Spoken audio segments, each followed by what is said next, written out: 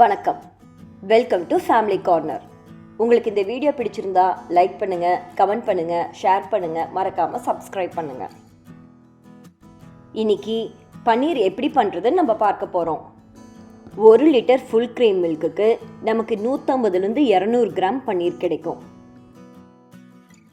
பன்னீர் பண்ணுறதுக்கு கெட்டியான பாத்திரத்தில் 1 லிட்டர் ஃபுல் க்ரீம் மில்க் எடுத்துக்கோங்க.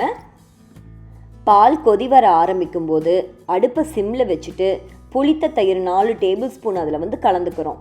நீங்கள் தொடர்ந்து கலந்து விட்டுக்கிட்டே இருங்க, பால் திரிய ஆரம்பிக்கும். பால் ஒரு வேளை திரியல அப்படின்னா நீங்கள் இன்னும் 1 டேபிள் ஸ்பூன் புளித்த தயிர் கூட சேர்த்துக்கலாம்.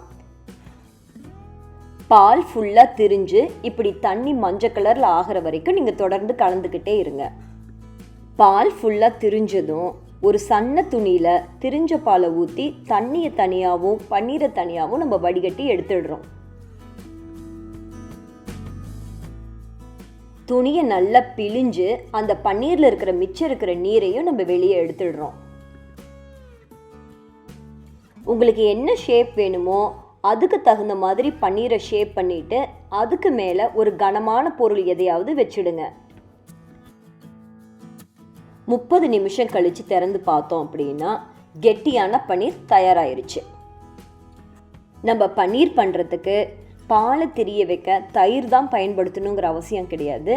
அதுக்கு பதிலாக நம்ம எலுமிச்சை சாறு அல்லது வினிகர் இது 2 கூட சேர்த்தலாம். வினிகரோ எலுமிச்சை சாரோ இதை நம்ம பயன்படுத்தும் போது அதோடைய ஃப்ளேவர் ரொம்ப ஸ்ட்ராங்காக இருக்கும். அதனால் பன்னீர் பண்ண உடனேயே அதை தண்ணியில் ஒரு தடவை அலசிட்டு பிழிஞ்சு அதுக்கப்புறமா நீங்கள் கனமான ஒரு பொருளை வச்சு ஷேப் பண்ணிக்கோங்க. அரை மணி நேரம் கழித்து நம்ம சமையலுக்கு ஸ்லைஸ் பண்ணி பயன்படுத்திக்கலாம், அல்லது நீங்கள் ஃப்ரிட்ஜில் கூட ஸ்டோர் பண்ணி வச்சுக்கலாம். மிக மிக சுவையான, எளிதான, ஆரோக்கியமான பன்னீர் வீட்டிலேயே தயாராகிருச்சு.